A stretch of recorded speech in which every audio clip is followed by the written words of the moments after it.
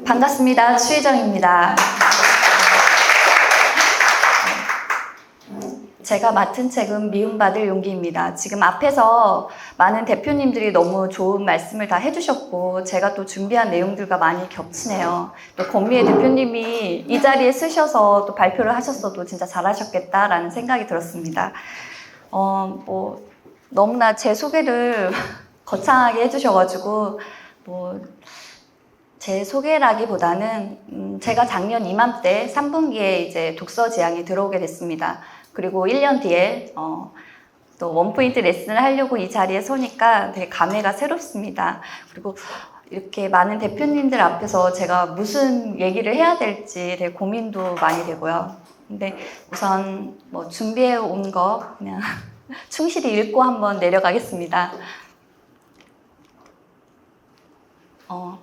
저는 아직 중개업을 오픈하지는 못했고 제가 아이가 되게 어려요. 어린이집 다니고 있어서 좀 제약이 많더라고요. 제가 소공으로도 들어가려고 해도 좀 조건 같은 게 좀 안 맞아서 그러면 주택 쪽에 일을 하면서도 좀 시간과 공간의 제약이 덜한 일이 뭐가 있을까 생각하다가 경매가 좀 괜찮았었고 그리고 또 외돔이라는 사업을 알게 되어서 그 외국인 관광 도시 민박업이라는 거를 허가를 내고 지금 운영하고 있는데요.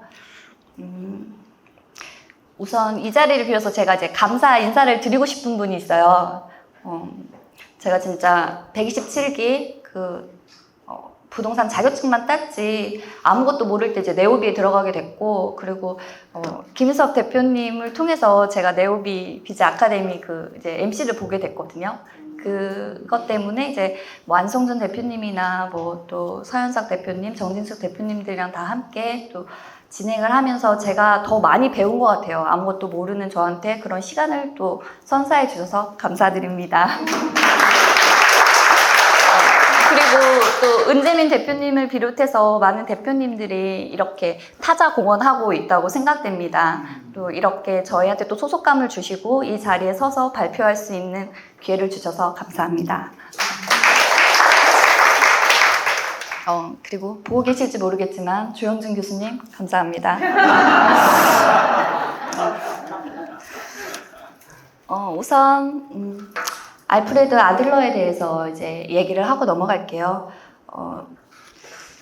헝가리계 유대인인 아들러는 1870년도에 이제 태어나게 되었고요. 어렸을 때부터 이제 폐렴을 앓고 또 동생 또한 병으로 죽었다고 해요. 그래서 좀 생명에 대한 게 좀 이제 남달랐고 그래서 이제 의사가 되기로 결심을 했습니다.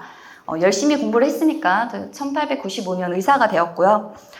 1902년에는 지금은 또 프로이드가 주최하는 수요 모임에 초대돼서 프로이트, 융 그런 사람들과 이제 연구 활동을 같이 했었다고 해요. 이 수요 모임이 훗날 저희가 알고 있는 정신분석 학회로 발전을 하게 되었고 워낙에 뛰어난 두각을 드러냈으니까 1910년에 학회장이 됩니다. 그리고 프로이트의 연구를 많이 도와서 이제 일을 하게 됐는데 서로 다른 이제 학설 때문에 대립이 생겨서 8명 탈퇴한 회원들을 데리고 1912년에 개인 심리학회를 결성하게 됩니다. 그 연구 결과로 이루어진 게 신경질 기질이라고 하는데 좀 심리학자들 사이에서는 유명한 책인가 봐요.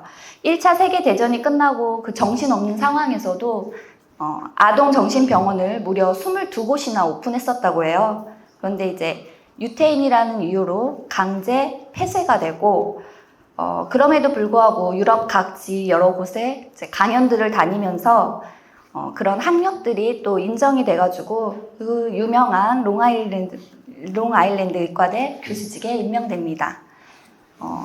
심리학 전공자들은 알고 있는 인물이었겠지만 프로이트나 융과 같이 왜 아들러는 좀 유명하지 않았을까 좀 궁금하더라고요. 그래서 찾아봤더니 그 이론을 정립하기도 전에 이제 사망을 했고 또 전쟁 계속 상황이 있다 보니까 그 학파의 제자들을 좀 키우거나 조직화하는 데 힘쓰지 못했었고 세 번째로는 유대인이라는 그 이유 때문에 그 주변 인물들이 많이 학살당해가지고 그래서 좀 아쉽게 많이 알려지지 못하지 않았나 이렇게 생각됩니다. 뭐 프로이트하고의 그 차이점을 뭐 제가 일일이 나열하기는 그렇고, 성 본능을 중시하는 프로이트 설에 반대하면서 인간은 행동과 발달을 결정하는 것을 열등감에 대한 보상 욕구라고 생각을 했고요. 나폴레옹은 키가 작기 때문에 위대해졌고, 색약이더라도 뭐 화가가 될 수 있다는 그런 열등 컴플렉스라는 용어를 만들어내기도 하였습니다. 인간은 개인적인 욕구와 사회적 심리로 인해서 두 가지 생각을 받아들이고 거부하면서 또 다른 방식으로 독특한 성격이 형성된다고 봤습니다. 주요 저서로는 뭐 개인 심리학의 이론과 실제, 의미 있는 삶, 인간 본성의 이해 등등이 있습니다. 그 다음에 저자 기시미 이치로에 대해서도 좀 알아볼게요. 이 사람은 교토 출생의 일본 작가이자 철학자입니다. 1956년 출생을 했는데요. 고등학교 때부터 철학에 대해서 좀 관심이 많았다고 해요. 그래서 대학원은 문예 연극과 그리고 뭐 플라톤 철학을 전공을 했고, 인간 내면을 모티브로 하는 그 아들러의 심리학에 좀 빠지게 되면서 그때부터 이제 연구를 시작했다고 합니다. 아들러 심리학을 읽는 밤, 사는 게 용기다, 내가 책을 읽는 이유 등등 많은 저서를 냈고, 그리고 2013년에 미움받을 용기 이 책으로 우리나라에서도 베스트셀러 작가에 등재됩니다. 공동 저자 고가 후미타케가 있는데 이제 생략할게요. 자, 인생의 과제. 일에 대한 사람들이 있고, 또 교우와 관계, 사랑의 과제. 대표님 혹시 뭐 미움받고 계신가요? 네, 저희는 네, 저 또한 미움받고 있습니다. 네. 우리는 살면서 모든 사람들한테 미움을 받기도 하고 괴롭기도 하고 뭐 그런 고민들로 인생을 살아간다고 생각합니다. 가족한테서도 그럴 수 있고, 또 직장 아니면 옆집 부동산, 뭐 손님들로 인해서도 다양한 스트레스를 받으면서 그런 환경에 놓이신 분들이 많을 거라고 생각되는데요. 저 또한 뭐 모든 사람이 나를 좋아할 수 없고, 저 또한 모든 사람들을 좋아할 수 없기 때문에 인간관계에 대해서 자유로운 분은 제가 없다고 생각합니다. 혹시 나는 인간관계에서 좀 자유롭다 하시는 분 손 한번 들어주세요. 네, 아마도 그런 분이 있다면 축복받으신 분일 테고, 신은 인간을 완벽하게 만들지 않았기 때문에 또 늘 고뇌하고 고민하고 또 저희가 자책하고 후회하면서 살아간다고 생각됩니다. 아들러는 이제 이야기했습니다. 세계는 단순하며 인간은 오늘이라도 당장 행복해질 수 있다고 이야기합니다. 그 주장이 납득하지 않는 청년이 진위를 따지 묻기 위해서 대화를 나누는 형식으로 이 책은 시작됩니다. 그 5일 동안 이루어지는 대화로 이야기를 나눌 수 있는데, 첫 번째 방, 트라우마를 부정해라. 두 번째, 모든 고민은 인간관계에서 비롯된다. 세 번째 방, 타인의 과제를 버려라. 네 번째, 세계의 중심은 어디에 있는가. 다섯 번째, 지금 여기를 진지하게 살아간다 라는 제목차로 나뉘어져 있습니다. 인간은 누구나 변할 수 있고 세상은 단순하며 행복해질 수 있다는 철학자의 주장. 동의하세요? 저는 청년처럼 쉽게 동의할 수는 없었거든요. 행복이 그렇게 쉬운 거야? 그럼 불행한 사람 없겠네. 그렇게 행복해지고 싶어도 여러 환경 때문에 힘든 불행한 삶을 사는 사람들은 우리 주변에 있잖아. 좀 그런 생각을 하고 살았거든요. 근데 철학자는 저의 생각을 완전히 뒤집어 놓습니다. 환경 때문에 불안한 게 아니라 불행한 삶을 선택했기 때문에 환경을 탓하고 있는 것이다. 자, 예를 들어 볼게요. 우물물은 1년 내내 18도를 유지하지만 여름에 마시는 물은 시원하다 생각할 수도 있는데, 또 겨울에 마실 때는 시원하다. 이렇게 같은 환경이라도 어떻게 느끼는지에 따라서 세계가 복잡하게 느껴질 수도 있고 단순하게 느껴질 수 있다고 말합니다. 그러면서 아주 단순한 논리로 인간은 스스로 의미를 부여한 주관적 세계에 살고 있고, 그 세계를 어떻게 바라보느냐, 어떻게 바라볼 용기가 필요하다 말합니다. 그리고 인간은 변할 수 있다고 주장하는데 트라우마를 부정합니다. 어떠한 경험도 성공의 원인, 실패의 원인이 아니라 경험을 통해서 받은 충격, 즉 트라우마가 아니라 경험 안에서 목적에 맞는 수단을 찾아낸 것이다. 예를 들어 볼게요. 어린 시절 부모한테 학대를 받고 자랐어요. 그래서 애정 결핍에 걸린 그 어른이 대인 기피증이 생겨서 누군가와 어울리지도 못하고 밖에 나갈 수 없는 상황이라고 할게요. 그는 어린 시절 가정 환경으로 인해서 밖에 나오지 못하는 게 아니라 밖에 나가지 않는 현재 결과의 목적을 달성하기 위해서 가정 환경이라는 수단을 사용한다는 말입니다. 만약 트라우마가 존재한다고 하면 과거의 사건이 현재의 사건을 규정하면 학대받고 자란 모든 사람은 집안에 틀어박혀 있어야 된다는 그런 논리로 되는데요. 언제나 18도지만 언제 마시느냐에 따라서 다르게 느껴지는 우물물처럼 과거의 불행한 환경이라도 누구는 행복한 사람이 되고 누구는 불행한 사람이 있는 이유입니다. 아들러 심리학에서는 과거의 원인이 아니라 현재의 목적, 그것을 설명하고 있는데요. 목적론은 불안해서 밖으로 나오지 못하는 게 아니라 밖으로 나오지 못하니까 불안한 감정을 만들어내는 것이다 라고 이야기하고 있습니다. 만약 이런저런 일들로 인해서 내가 만약에 회사를 다니고 있는데 이제 회사를 때려치기로 작정을 해요. 그럼 애사심이 점점 떨어지겠죠. 내가 이제 회사를 나갈 수밖에 없는 이유를 만들어낼 거예요. 회사가 왜 나한테 이따위로 대하냐. 나는 하루도 빠지 않고 출근을 맨날 했는데 왜 나한테 대하는 처우가 이럴까. 또 직장 상사의 트러블, 내가 회사를 나갈 수밖에 없는 그런 나쁜 경험들을 계속해서 만들어낸다는 거죠. 여기 다들 블로그 하시죠? 내가 1일 1포스팅을 하기로 마음을 먹었는데 하다 보니까 힘들고 지치고 성과도 보이지 않으니까 하기 싫은데 이제 블로그 안 할 생각을 이제 만들어냅니다. 요즘 일이 너무 많아.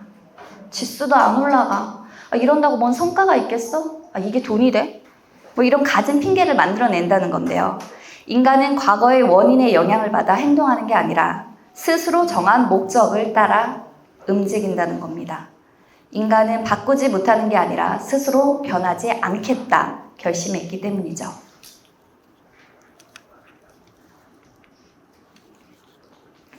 지금의 생활 양식으로 이대로 변하지 않고 사는 것이 편하니까 이대로 나로 살아가면 눈앞에 닥친 일이 어떻게 되는지 내가 대처해야 하는 방법과 그 경험을 통해서 내가 생각해 놓을 수 있지만 새로운 생활 양식을 선택한다면 자신에게 무슨 일이 일어날지 내가 어떤 일을 대처해야 할지 불안한 삶을 살 수도 있기 때문에 이런저런 불만이 있더라도 그냥 사는 편을 선택한다는 말입니다. 변함으로써 생기는 불안, 변하지 않아서 따르는 불만. 우리는 보통 불만을 선택한다고 합니다. 왜냐? 행복해질 용기가 부족하니까.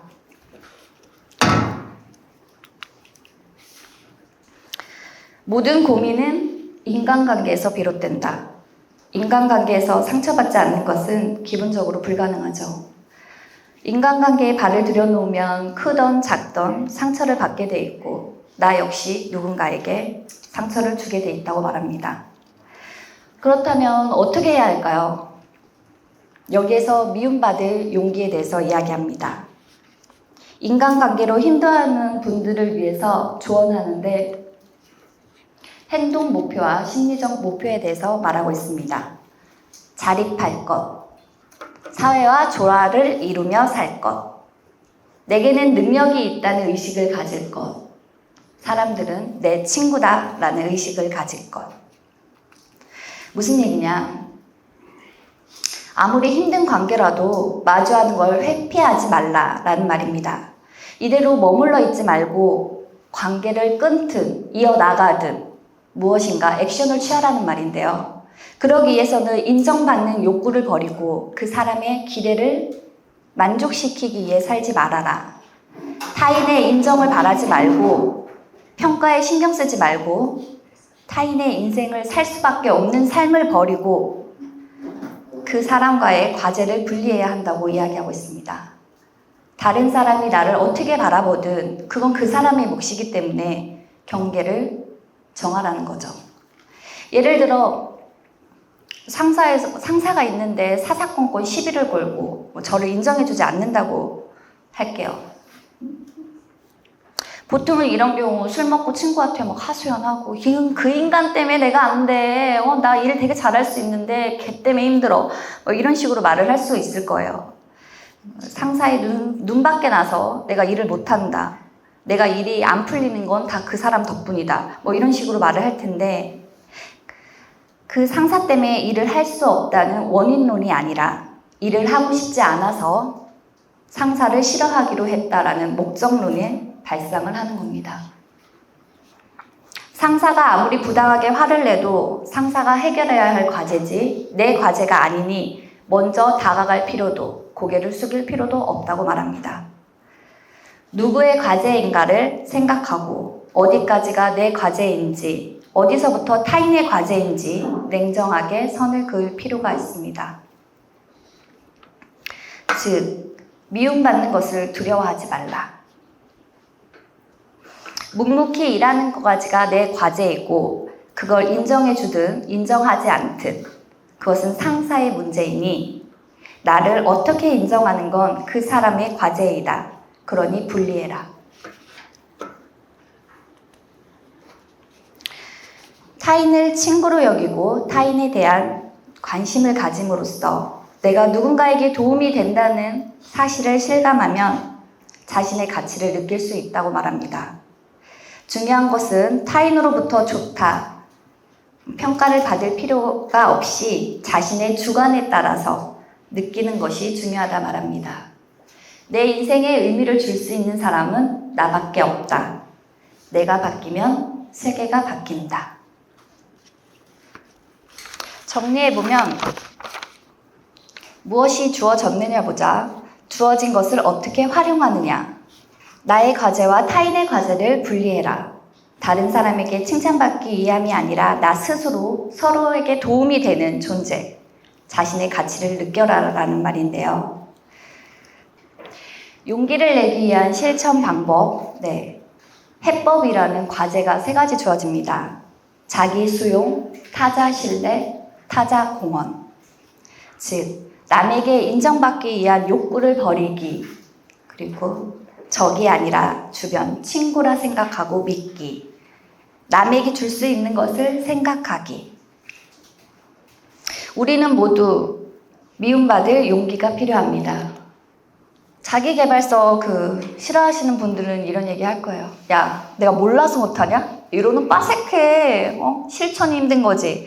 그렇게 말씀하실 수 있을 텐데 말을 물가에 데려갈 수는 있지만 물을 마시느냐 마시지 않느냐는 말에게 달려있듯이 이 책을 통해서 행복을 찾는 방법 또한 실천하느냐 실천하지 않느냐 우리에게 달려있다고 생각합니다. 지금 여기 우리 대표님들도 춤을 추면서 현재 좀 미움받을 용기로부터 자유로워지셔서 행복한 삶을 사셨으면 좋겠습니다. 감사합니다.